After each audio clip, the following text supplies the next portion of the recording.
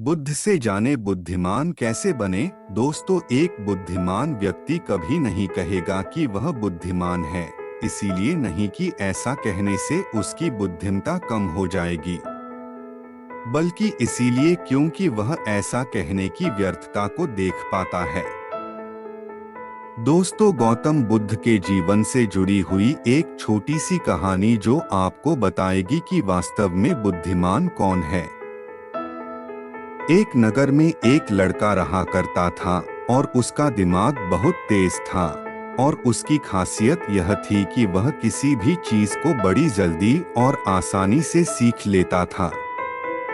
जहां अन्य लोगों को किसी काम को सीखने में महीने या वर्ष लगते थे, वहीं पर इस लड़के को उसी काम को सीखने में कुछ दिन लगते थे। उसकी ख्याति दूर दूर तक फैल गई थी और कहा जाने लगा था कि उस व्यक्ति के जितना बुद्धिमान कोई नहीं है। परंतु वह व्यक्ति तो जानता था कि वह भीतर से क्या है। हर व्यक्ति जानता है कि वह भीतर से क्या है, चाहे वो बाहर से कुछ भी दिखाए। वह व्यक्ति भी भीतर से तो परेशान था, परंतु वह अपने अहंकार से अपने परेशानियों को ढकना चाहता था। दोस्तों, ज्यादातर लोग ऐसे ही करते हैं और शो अप इसी का नाम है। वह व्यक्ति अपनी प्रसिद्धि को और बढ़ाने के लिए तरह तरह के काम सीख रहा था। वह चित्रकारी करना जानता था, वह मूर्ति बना सकता था और वह गीत गा सकता था और वो दुनिया जहान का हर वो काम सीख चुका था जो उसने अब तक देखे हुए थे। इसीलिए उसे अपनी बुद्धिमत्ता पर अहंकार था, क्योंकि कोई भी साधारण आदमी एक काम कर सकता है या दो काम कर सकता है या ज्यादा से ज्यादा 3 काम को कर सकता है, परंतु वह तो सैकड़ों काम को कर सकता था और बहुत अच्छे से कर सकता था। इसीलिए उसे अपनी बुद्धिमत्ता पर अहंकार था। वह इस बात को अंदर ही अंदर मान चुका था कि उसके जितना बुद्धिमान इस दुनिया में कोई भी नहीं है। फिर एक दिन उसका सामना गौतम बुद्ध से होता है। उसे पहली बार एक ऐसा व्यक्ति दिखता है जिससे उसे ईर्ष्या होती है। अब तक उसने ऐसे लोग देखे हुए थे जो उससे ईर्ष्या करते थे, और जहां ईर्ष्या होती है वहां तुलना का होना निश्चित है। वह व्यक्ति अपनी तुलना गौतम बुद्ध के साथ करना शुरू कर देता है।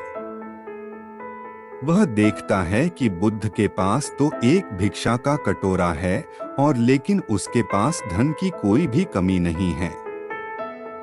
बुद्ध के वस्त्र तो साधारण से थे, परंतु उसके वस्त्र बहुत कीमती है।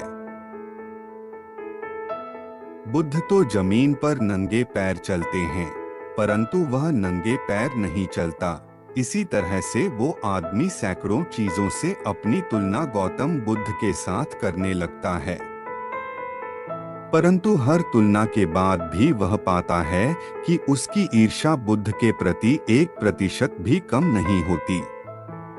वह व्यक्ति मन ही मन सोचता है कि मैं इस भिक्षु से अपनी तुलना क्यों कर रहा हूं, जबकि मेरा जीवन इससे 100 गुना बेहतर है।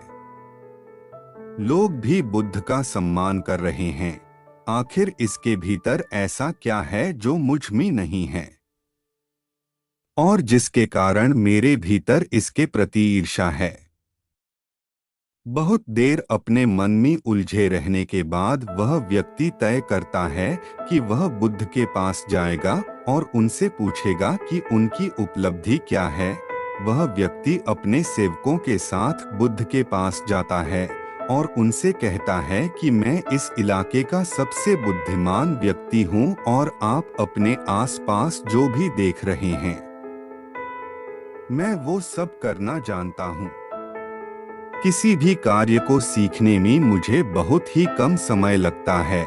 सभी लोग मेरा सम्मान करते हैं, परंतु इस सब के बाद भी मेरे भीतर आपके लिए ईर्ष्या है। मैं यह जानना चाहता हूं कि आपकी उपलब्धि क्या है।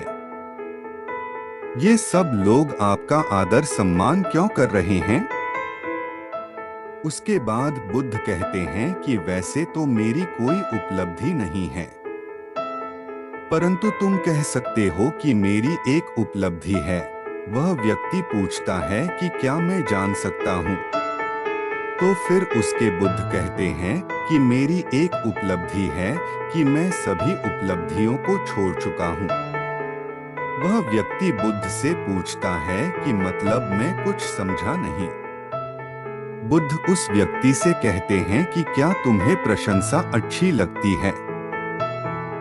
वह व्यक्ति कहता है कि प्रशंसा तो सभी को अच्छी लगती है। उसके बाद बुद्ध कहते कि क्या तुम्हें निंदा अच्छी लगती है? तो वह व्यक्ति कहता है कि भला इस दुनिया में कौन है जिसे अपनी निंदा अच्छी लगे?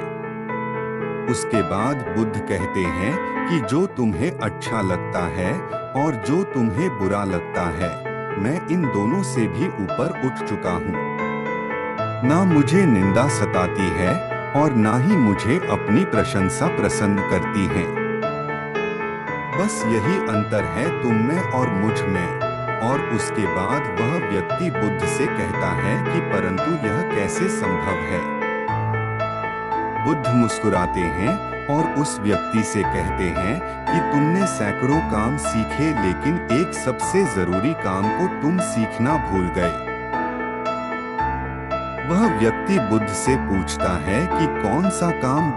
बुद्ध कहते हैं कि अपने मन को नियंत्रण करना क्या तुम्हें आता है? बुद्ध की वह बात सुन वह व्यक्ति समझ जाता है कि ईर्ष्या का यही कारण था। उसके बाद बुद्ध कहते हैं कि जिस व्यक्ति ने सारा जगत को जीत लिया लेकिन अपने मन को नहीं जीता, उसने कुछ भी नहीं जीता, और जिसने अपने मन को जीता परंतु अपना सब कुछ गवा दिया, फिर भी उसने सब कुछ जीत लिया।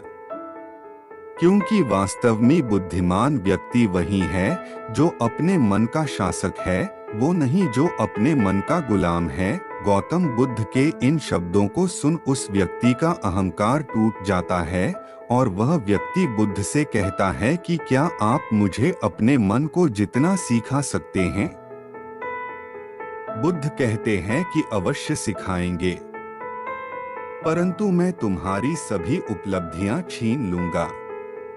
फिर उसके बाद वह व्यक्ति बुद्ध से कहता है कि मैं तैयार हूँ। उस दिन से वह व्यक्ति ध्यान करना शुरू कर देता है, क्योंकि ध्यान ही वह तरीका है जिससे आप अपने मन को अपने वश में कर सकते हैं। दोस्तों, आज आपने इस वीडियो से सीखा कि वास्तव में बुद्धिमान व्यक्ति वही है जो अपने मन का शासक है, वो नहीं जो अपने मन का गुलाम है। अगर आपको यह वीडियो पसंद आया होगा और आपके लिए उपयोगी साबित हुआ होगा तो अपने दोस्तों के साथ इस वीडियो को अवश्य शेयर कीजिए। दोस्तों, यह कहानी आपको कैसी लगी नीचे कमेंट बॉक्स में कमेंट करके जरूर बताएं। चैनल को सब्सक्राइब करें और घंटी बजाएं। नमो बुद्धाय।